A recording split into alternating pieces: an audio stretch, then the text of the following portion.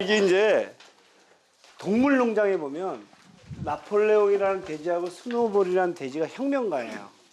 근데 이 두 돼지가 싸워. 근데 이 친구가 이겨갖고 이 친구가 이제 도망가요. 이렇게 도망가거든. 그래서 이 나폴레옹이라는 돼지가 이제 독재자가 돼요.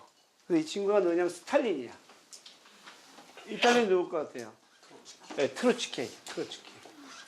트로츠키인데 제가 이제 이 책을 쓰고 나서 우화로 된 거. 우화라는 것은 동물을 주제로 한 주요 인물로 한 정치적인 얘기를 찾아봤더니 놀라웠게도 동물농장밖에 없어요. 오늘 깜짝 놀랐어. 그런데 얘가 이제 도망갔잖아. 스노볼이 도망갔는데 어떤 사람이 이게 동물농장이에요. 제목이. 어떤 사람이 이 책의 제목은 뭐냐면 자본주의 동물농장. 농장이라는 책을 써요. 이게 책은 책이야. 근데 어디서부터 시작되냐면 얘가 그래갖고 이제 나폴레옹이 나이가 먹으니까 다 죽은 거야, 애들이. 죽었는데 얘가 나타나는 거야. 그 마을에. 그 마을에 나타났는데 얘가 어떤 애냐면은 얘가 신자유주의를 체현하고 나타난 건가요. 그러니까 얘가 그 동물농장을 이렇게 바꿔가는 얘기거든요. 신자유주의 어떻게 바뀌었냐. 제 얘기는 뭐냐면 자본주의를 얘기하면서 여기가 농노, 그 다음에 기조, 성직자, 신이었잖아요. 그죠? 그리고 여기는 노동자, 정치가, 자본가, 그 다음에 자본이었잖아요. 물신이 됐잖아요. 그래서 우리는 뭐를 보고 사냐? 물신을 보고 산다. 그래서 이걸 네크로필리아, 그래서 피로조피에 이게 사랑한다는 뜻이고 네크로가 시체거든요. 시체를 이렇게 사랑하는. 그래서 실질적으로 이런 사건이 있었대요. 이게 좀 실제 있는 사건인데 시체를 사랑하는 사람이 있대. 그래 이 사람이 배운 사람이고 박사이고 뭐 이런 사람인데 그래서 시체를 처녀를 이렇게 묻으면 밤에 몰래 가서 파내가지고 이제 성관계를 하는 건 거야. 근데 이 시체를 다시 묻어놓는 게 아니라 그걸 집에 들고 오는 건 거지. 그래갖고 이제 엄마가 자기 애 집에 가야 되는데 애가 자꾸 못 오게 하더래. 그래서 어느 날 불시에 갔더니 시체가 16구가 있더래. 이걸 네크로필리아라서 이게 질병이에요. 그런 이제 네크로필리아인데 자본주의가 그렇게 인간을 보는 게 아니라 돈을 보는 건 거지. 그래서 그런 네크로필리아는 굉장히 비인간화 될 수밖에 없는데 어떻게 이제 이런 것이 가능한 사회가 됐을까? 그랬을 때 지난 시간에 제가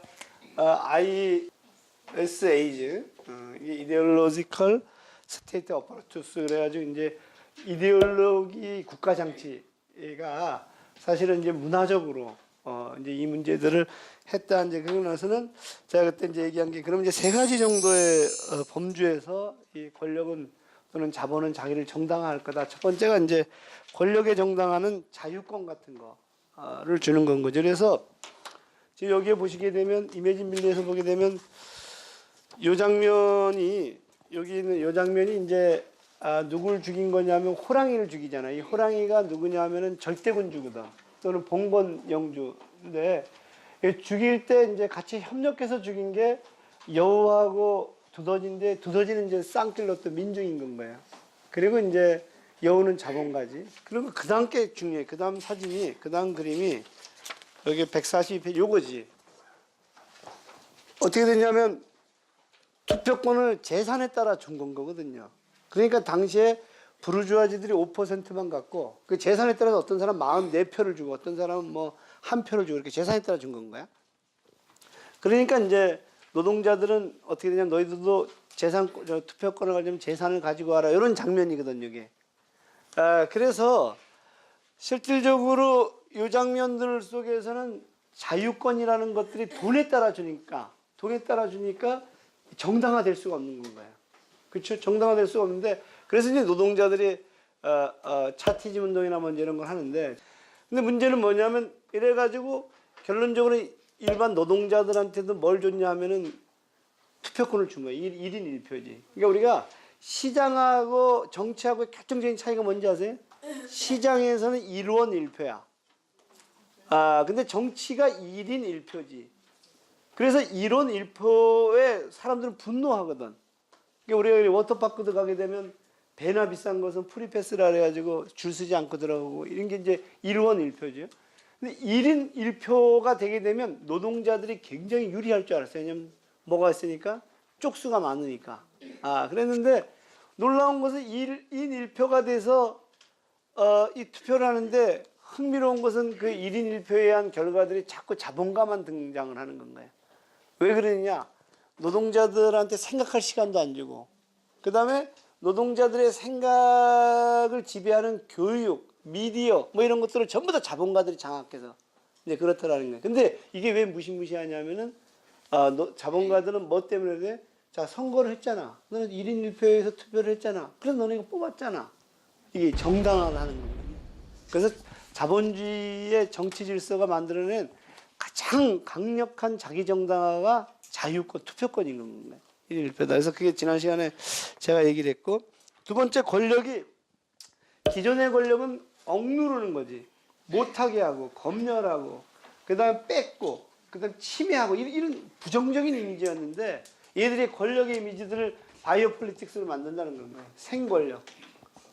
권력이 지금도 우리가 문재인 정부한테 빨리 경제 좀 살려달라. 그리고 문재인 정부가 뭐라 하냐면, 자, 우리가 이 저 노령연금이라는 거 올려주겠다. 그러니까 살게 하는 권력이 된 건 거야. 겉으로 보기에. 그래서 이제 권력은 억누른다 이랬는데, 사실은 권력은 그런 것이 아니라 생권력이 됐더라. 이제 이런 건 거죠. 그래서 권력이 자기 변신들을 하는 건 거예요. 이제 그런 것들도 그런 거. 그다음에 지난 시간에 같은 파놉티콘 같은 체제가 이제 권력이 나를 감시하는데 내가 나를 감시하는 시스템들을 전면화시키더라 이런 건 거고, 그 다음에 이제 노동자들이 자기 스스로 1대 99고 이 99를 다시 1대 99로 나눴고 이 99를 다시 1대 99로 나눠서 이거는 과장이고 부장이고 사장이고 그 다음에 이후에 누가 있어요? 이후에 자본가가 있단 말이야. 그러니까 사람들이 지들끼리 싸우는 건 거야. 지들끼리 감시하고. 그래서 이 사람이 뭐가 되냐면, 일이라는 사람이 중독이 되는 거예요. 조직에 중독되는 건 거지. 그렇게 조직을 지켜야 될 것 같은. 그래서 이제 그런 것들이 벌어지더라. 이제 이런 건 거예요. 그래서 사실 여기서 보게 되면 지들끼리 싸우는데, 여기로 치게 되면 뭐냐면, 일장에 이제 인클로즈 운동이 벌어져서 자본가가 뭐라냐면, 양은 남아 그러잖아. 양은 왜 남으라 그래요? 이윤이 되는 건 거야. 근데 이윤이 안 되는 누구를 쫓아내요? 돼지하고 닭하고 쫓아내요. 이렇게 봐봐. 슬프잖아. 표정 봐봐. 엄청 슬프잖아. 근데 얘들이 나가면서 누굴 욕하냐면은 양을 욕하는 거죠. 새끼하고 쟤하고. 이게 이제 뭘 보여주냐면 그 노동자들끼리 균열되는 건 거지. 그래서 이제 얘가 뭐라고 그냥 꼭 끼워. 쟤 고기 좀 먹으라 그래서 그런 건 거 꿀꿀거리고 오는 것은 내 마음이 얼마나 꿀꿀한지 알아. 저놈 때문에 양을 오히려 욕을 한다는 건 거예요. 그러니까 얘들끼리 싸우는 건 거예요. 얘들끼리. 그래서 이제 그런 것들이 사실은 권력의 통제 장치이더라. 이제 그런 건 거예요. 그래서 우리는 늘 누구를 못 보게 되냐, 그 과정에서 자본을 못 보게 되는 건 거예요. 그래서 누굴 보냐면 자기 과장이나 부장을 보고 기껏 해야지 뭘 봐요? 자본가를 보는 거예요. 이재용을 보는 거예요. 이재용은 나쁜 사람이 좋은 사람이에요. 이재용은 나쁜 사람이 좋은 사람이에요.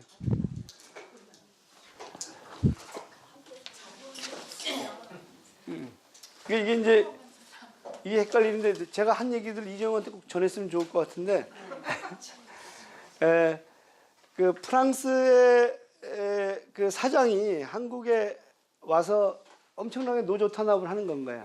너 인마 왜 그래? 그랬더니 여기 한국이니까 하는 거예요. 프랑스는 그러지 못하는데, 제도 자체가 그렇게 못하는 노조가 조직돼 있고. 그러니까 자본이라고 한다면 축척을 해야지만 살아남을 수 있어요. 자본의 축척의 끝은 어디예요? 늘 축척해야 돼요. 왜냐하면 그러지 않으면 언제 어떻게 망할지 모른다는 생각에, 사내유보금인데 왜 너네 안 풀어? 웃기는 소리인 건 거예요. 왜냐하면 저 사내유보금은 늘 축척해둬야지 안심이 되는 건 거예요. 무슨 얘기 되는 거니까, 사내유보금을 풀려고 하는 건 굉장히 순진한 발상인 건 거예요. 저놈들 도덕적인 것을 호소하는 건.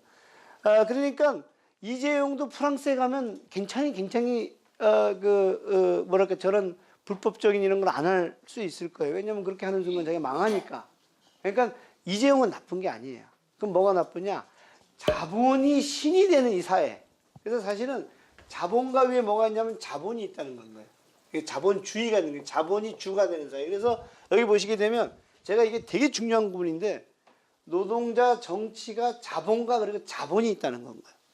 그래서 이 자본주의 그래서 우리는 뭘 못 보냐? 과장, 부장, 사장까지는 봐요. 우리는 늘 누구를 만나냐면 이 사람들을 만나서 이 자본가 자식들이 이렇게 얘기하거나 얘를 만나서 그러는 거지.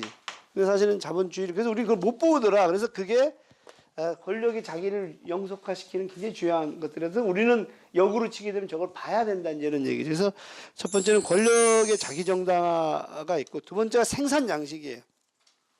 생산 양식은 아담 스미스 얘기인 거죠. 아담 스미스는 이 자본주의적인 생산 양식이 그러니까 경쟁과 시장이라는 분배 양식이 가장 이기적인 사람들을 요구하고 있고 그 이기적인 사람일 때 가장 이게 이윤을 창출한다 이렇게 얘기를 한 건 거죠. 그래서 이기적인 착한 사람의 탄생인 거니까 우리는 그 시장 이거는 이제 책에 잘 나왔으니까 제가 따로 설명 안 드리고 그 다음에 이제 재밌는 게 로크예요.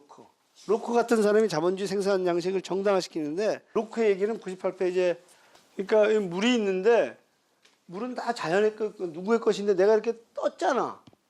그럼 내 노동력이 여기 들어간 거죠. 이게 내게 된다는 건가요.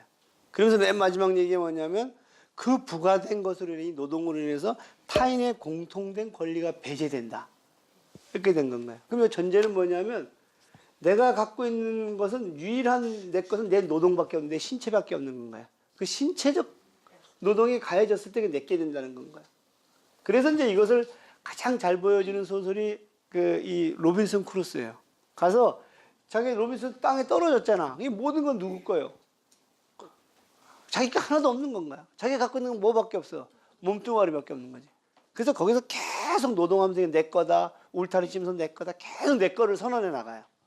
그래서 이제 이런 얘기인데, 그런데 이제 아담 스미스도 사실은 도덕감정론이라는 것을 인간성을 빼고 이제 자본가들이 받아들였고, 그 다음에 로크를 얘기할 때도 자본가들이 자기를 정당해서 로크가 중요한 얘기인데 그걸 빼버려요. 그게 로크의 단서인데, 로크의 단서는 뭐냐면, 자, 내가 여기에 토끼가 5마리 있는데 한 마리를 쫓아가가지고 한 마리를 잡아먹었어. 잡았어. 그럼 내 거잖아. 내 노동력이 투여했어. 4마리는 누구 거예요? 자연의 거야, 아직. 그럼 내가 한 마리를 잡아가지고 또 여기다 차고 또 쫓아가는 건 거야. 또 한 마리를 잡아서 또 찼어. 근데 나는 오늘 먹을 게 2마리면 배불리 먹고 또 남아. 근데 내가 또 뭐 하고 싶은 건가요? 또 잡아먹고 싶어. 이건 안 된다는 거야. 이게 로크의 단서예요. 남들이 먹을 것을 남겨두는 전제 내에서 너 것이 된다는 건가. 그러니까 너가 노동력을 통해서 가지는 것은 너 거지만 남들이 너가 먹을 것만, 먹을 수 있는 것만 가진다는 전제가 드는 게 로크의 전제거든. 로크의 단서인 건 거야. 근데 우리는 뭘 빼버려? 이걸 빼버리는 거지. 우리나라 대기업은 지금 자식들이 지 먹을 거를 다 먹었어. 그리고 또 어디까지 가? 골목 상권까지 다 들어간다고. 그러니까 로크의 단서에서 보게 되면 이게 정당성이 없는 건가요? 무슨 얘기지? 근데 로크의 단서를 얘기하지 않는 건가요? 처음에 부르주아지들을 정당화했던 모든 이론들은 아까 얘기한 대로 대체적으로 모든 이론들은 저 누구예요? 이 아담 스미스도 그랬고 그 다음에 로크도 그랬고 다 이런 단서들이 들어가요. 이런 단서인데 근데 그걸 다 빼버리는 거예요. 그래서 제가 그들을 인용한 게 아니라 이용했다 이렇게 이제 보는 거예요. 있는 그대로를 본 게 아니라 이용한 거야. 자기 필요한 것만 빼는 건 거지. 이용했다 이제 이렇게 되는 건 거예요. 그래서 이제 그런 로크의 단서가 있다 이제 이런 건 거고. 그다음에 이제 다인 얘기인데 지금 제가 얘기하는 것은 생산 양식의 정당화가 아까 아담 스미스가 로크고 문화로 이제 이 정당화를 시키는데 그 문화의 정당화 중에 대표적인 게 이제 다인이에요. 다인은 적자 생존, 승자 덕식, 약육강식. 이게 우리 문화라고, 자본주의 문화라고. 그래서 어쩔 수 없는 거예요. 서로 먹고 찌르고 죽이고 경쟁해서 그리고 패자는 열패자가 되는 건 어쩔 수 없는 거야. 그래서 그게 진화야 이렇게 얘기를 했는데 사실 아담 스미스는 그렇게 얘기하지 않아요. 아담 스미스는 살아남는 걸 이렇게 봤더니 2가지 특징이 있다는 건가요. 적응을 잘하는 게 살아남더래. 근데 적응이 잘하는 것이 뛰어난 종이 잘하는 게 아니더라는 건 거예요. 그래서 바퀴벌레 같은 것들이 가장 오래 살아남는다고. 바퀴벌레가 뛰어나? 잘 적응하는 거예요. 잘 적응하게 몸집이라든가 이런 게 되는 거예요. 그게 첫 번째고. 두 번째, 오래 남는 종의 특징을 봤더니 뭘 것 같아요? 그 우연의 주변과 잘 맞아떨어지는 상황들 속에서 그래도 더 잘 살아남는 특징이 하나 있다는 거야. 그게 협동을 잘하는 동물들. 그러니까 이게 지금 우리가 알고 있는 아담 스미스하고 어때요? 완전히 다른 얘기인 건가요? 다인. 왜 아담 스미스 다인의 얘기인 건가요? 그래서 다 이겼다 다윈. 다인 얘기인 건가요? 그래서 다인의 저것도 라마르크라든가 이런 나중에 진화론자들이, 그러니까 이제 사회 진화론자들이 다 만들어낸 신화들인 건가요? 그래서 이제 우리가 뭐라 하냐면 다윈은 진화론을 썼는데, 지금 제가 얘기한 그런 관점에서 진화론을 썼는데, 라마르크와 같은 이자들이 진보론을 얘기했다. 진보는 열등한 것은 처지고 우등한 것은 살아난다, 이런 이 진보론을 썼다. 이렇게 이제 비판을 하는 건가요? 예, 그래서 이제 그런 문화. 그 다음에 이제 또 한 문화가 뭐냐면은, 그런 문화를 만들어내는 것들 중에 하나가 이제 노력하면 된다, 이런 것들 있잖아. 그래서 모든 것들은 노력의 결과물들이다. 그래서 그 피노키오가 엄청나게 노력을 강조했고, 결국엔 노력해가지고 아버지를 먹여 살렸더니 인간이 되잖아. 그래서 이제 이것도 우리 105페이지 한번 봅시다. 104, 105페이지 보면 그 얘기가 이렇게 나와요. 105페이지 한번 봅시다. 세뮤얼 스마일즈라는 사람, 이 사람 아주 대표적인 자조론자야. 그러니까 자조론인데, 자립자조. 아무 일도 하지 않는 것은 정신적으로도 육체적으로도 생명을 단축시키는 일이다. 모든 재난의 원인이다. 또한 게으름은 7가지 큰 죄 중에 하나이며 악마가 휴식하는 쿠션이자 베개이다. 게으름뱅이 개의 털은 곧 불결해진다. 게으른 인간 역시 게으름뱅이 개와 다를 수 있을까? 뭐 이런 건가요. 그래서 끊임없는 근면성실이 부의 기본적인 원천이라고 이제 주장을 하는 건가요. 그래서 104페이지에 이제 제가 나름대로 정리한 게 1. 쌍킬로트는 민중이요. 부르주아지의 부가 그냥 얻어진 것이 아니라 피나는 노력의 결과이니라. 2. 쌍킬로트들이여 너희들도 우리처럼 부르주아지처럼 노력하고 또 노력해라. 그러면 경제적인 구원은 물론 종교적인 구원도 받을 수 있을 거다. 이렇게 얘기하는 거예요. 그래서 이게 종교랑 딱 연결이 돼요. 베버 같은 사람이 자본주의가 발전한 데를 다 봤더니 프로테스탄티즘들이 다 있더라. 이제 그런 주장이. 그래서 이 책이 이제 그런 얘기를 하는. 그래서 아무튼 그 문화적 정당성은 이제 그런 건 거고, 문화적 정당성을 할 때 굉장히 재미난 얘기가 레이저 클래스예요.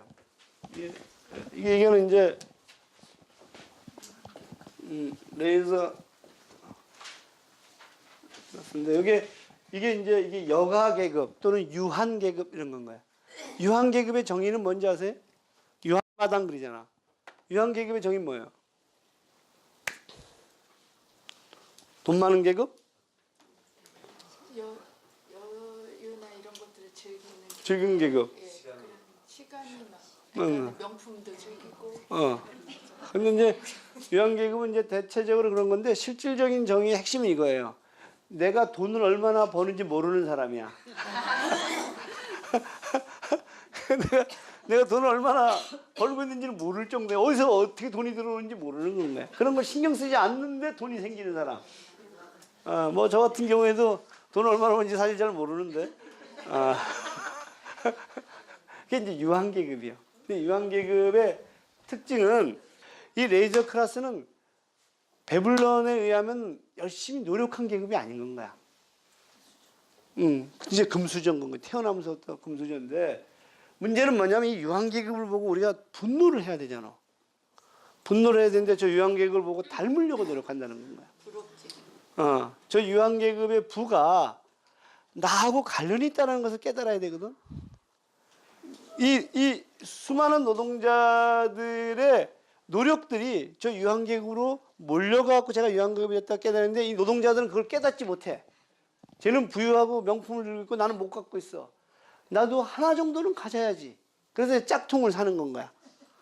그런 건. 그래서 여기서 베블론의 비판은 뭐냐면 유한계급을 비판할 능력들 다 소진돼 버리고 오히려 그를 닮으려고 한다는 건가요. 그래서 이제 이게 차이두기 뭐 이제 그렇게 되는 건가요. 자, 그래서 그런 문화들이 생겨나는 건가요. 문화 자체가 기본적으로 이들을 오히려 비판하기보다는 정당화하고 나도 닮으려고 하는 경향들이 생겨나더라 이런 건 거고요. 그리고 이제 자선, 관용 이런 것들도 대단히 이 뭐랄까 부르주아지들의 문화가 정당화하는 건 거야. 자선은 뭐냐면 불쌍한 사람 내가 돕는다. 그래서 노블리스 오블리주는 대단히 계급적인 방식의 자선인 건 거예요. 왜냐하면 쟤들은 불쌍한 애들이고 나는 성공했는데 낚시나 가지 않고 자원봉사하러 간다. 그 정도로 나는 괜찮은 사람이다. 이게 자선의 이제 기본적인 틀이죠. 그래서 세이브 더 칠드런에 근무하는 친구가 얘기하는 거야. 엄마들이 애 데리고 온대. 그러니까 딱 이렇게 얘기하는데 가장 불쌍한 아프리카에 하나 맺어주세요. 그래서 애한테 했는데 야, 너가 얼마나 좋은 나라에 부모 밑에 태어난지 알겠지? 너 열심히 공부해야 된다 이렇게 얘기하는 거야. 얘한테 뭘 가르치고 있는 거야 지금? 그렇지. 얘한테 우열을 가르치는 거야. 우열을 가르치는 거야. 연대를 가르치는 게 아니야. 그러니까 우리가 쟤를 도와야 되는 이유는 제국주의자들이 말이야 엄청난 착취를 통해 갖고 쟤들이 저렇게 했으니까 너는 도우면서도 끊임없이 연대 의식을 가져야 된다. 이렇게 얘기하는 부모는 없는 거야. 무슨 얘기인지 알지? 그게 이제 우리도 모르는 사이에 그런 거야. 요게 연대고 그래서 관용도 가만히 알고 보게 되면 관용이 그런 거라는 거야. 대학교에 우리 대학교에 비판적인 교수들을 잘 하지 않는데 서울대에 김세긴 교수라는 마르크스주의자가 들어왔다고. 그럼 우리 어떻게 보면 서울대는 역시 달라. 그리고 서울대는 역시 막스주의자들도 받아들일 수 있는 정도다 이렇게 얘기를 하잖아. 그렇지? 근데 이제 하워드 진 같은 사람이 이렇게 표현을 해. 야, 저거 관용이라고. 우리 부르주아지들은 말이야. 우리한테 반대되는 애들도 하나씩 넣을 정도는 돼. 근데 그 사람은 2명 넣을 것 같아? 안 넣어. 그래 그 사람들의 발언권을 허용할 것 같아. 그리고 정치에 반영할 때 안 허용해. 우리 우리 한국도 이제는 민주화된 거 왜? 정의당이 들어왔잖아. 이렇게 얘기한 거야. 하지만 정의당이 절대 그 이상을 넘어서는 것들에 대해서는 굉장히 강한 뭐 이런 거. 이게 관용이라는 겁니다. 그래서 관용이라는 것들이 대단히 그럴듯하지만 말이야. 가진 자들이 최소한 내가 민주적이라는 것을, 내가 괜찮다는 사람인 것을 보여주기 위한 가능성들이 이제 크다는 거예요. 그래서 거기에 너무 크게 감동해서는 안 된다는 거예요. 아무튼 이런 문화들이지. 그래서 이제 결론적으로 이제 이게 멋진 신세계처럼 보이게 하고 또 하나는 이제 이런 것들이 이제 이 철학적으로 정당화되는 것들이 이제 공리주의 같은 건 거예요. 최대 다수의 최대 행복. 이게 이제 쾌락을 중심으로 얘기를 하는데 유틸리티지. 효용이야. 효용. 자, 유틸리티는 그런 거예요. 자, 아까 공리주의를 얘기한 사가 누구냐면 벤담이에요. 벤담이 이렇게 얘기해. 벤담의 가장 큰 목적은 유틸리티야. 유틸리티가 높은 건가요? 그럼 유틸리티는 총량이지. 사회의 총량이야. 실질적으로 공리주의자들은 그 5명이 범죄인데 1명은 부모가 없고 그래. 근데 4명은 집이 있어. 그럼 이제 판사가 어떻게 내리는지 아세요? 4명은 훈방 조치해. 그래 1명은 깜빵에 가다. 그리고 이게 공리주의 입장에서 사회 효용이 가장 높이는 방식이야. 왜 그러겠어? 가족이 있는 집은 얘가 깜빵에 들어가면 유틸리티가 낮아지잖아. 쾌락이. 불쾌해지잖아. 그런데 1명에는 왜 그래? 가족이 없는데 깜빵 가면 어떻게 돼? 먹여주잖아. 그래서 얘는 그 유틸리티가 높다는 거야. 이게 공리주의자들의 판단인 겁니다. 자, 우리 장애인들 그 시설에다 가두잖아. 공리주의 입장에서는 그게 맞는 건가요? 왜냐하면 장애인들이 자꾸 돌아다니면 시민들이 불쾌한 감정이 높아져. 그러니까 가둬놓으면 어떻게 되냐면 시민들이 쾌락이 높아져. 그리고 장애인들은 자기들끼리 모여가지고 하면 이게 공리주의자들의 판단인 거예요. 그래서 우리의 공공정책의 밑바닥엔 전부 다 공리주의가 깔려있어요. 우리 밑바닥. 구빈원, 빈민법도 다 그 공리주의에서 나와. 무슨 얘기인지 되죠? 그래서 제가 지금 말씀드린 대로 뭐냐면 이게 문화적 정당성들이 이런 것들을 갖고 정당화돼서 지금 제가 얘기들 왜 자본이 신이 된 세상에 사람들은 왜 그렇게 저항하지 않을까? 이제 이런 것들이 쭉 이런 얘기라는 거예요. 자, 그리고